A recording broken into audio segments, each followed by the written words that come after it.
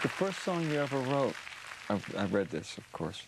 I didn't know this prior. The first song that you wrote was called God. You wrote it when you were about 5. Right.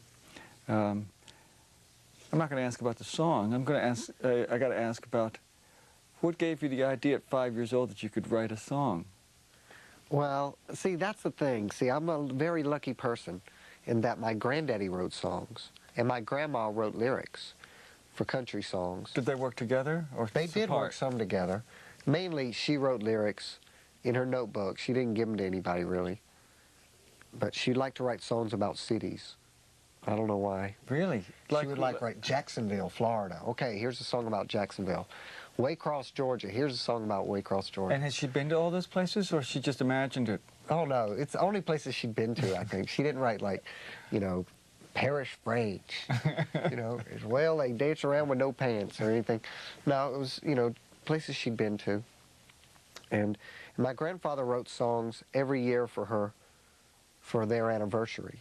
So from an early age, I knew that people sat around and made up songs. It wasn't some kind of weird hocus pocus to it. I read somewhere that someone said that all masterpieces are produced not in a state of concentration, but in a state of distraction.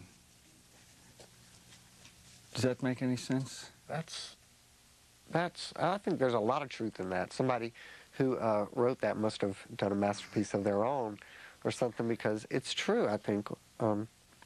For me, my personal, you know, masterpieces a lot of times are kind of, you know, blindside me, I think, you know, while I am distracted, like doodling with life. I think that's what they meant.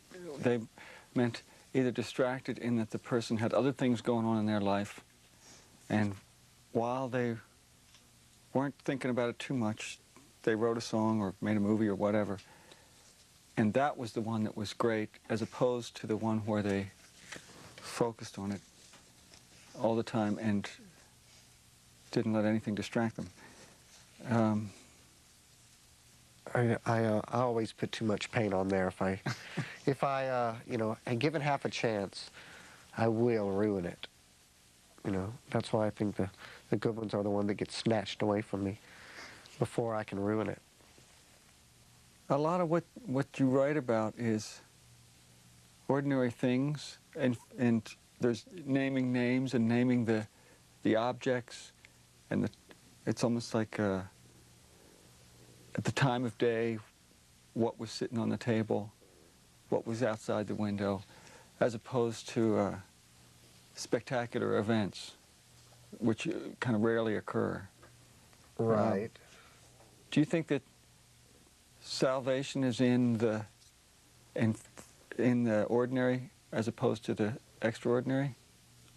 Well, I think if you can, I'm throwing the big ones there. Yeah, it's beautiful. I love this. I love this. Well, I think it's my job, in a way, kind of. I didn't think about this at first, but I think it is my job to call attention to the littles and to try to show the power that maybe this set. See, that I think of it a lot of times as little sets, you know, like little groupings, lists, and somehow together these have a power, and the image of these things together somehow have a greater weight than the separate little bits separate. You know, I think a lot of times this is what I do and try to do, and I want to remind people to look around for the inspiration and the art feeling, you know, in every day. I think it's kind of what I do.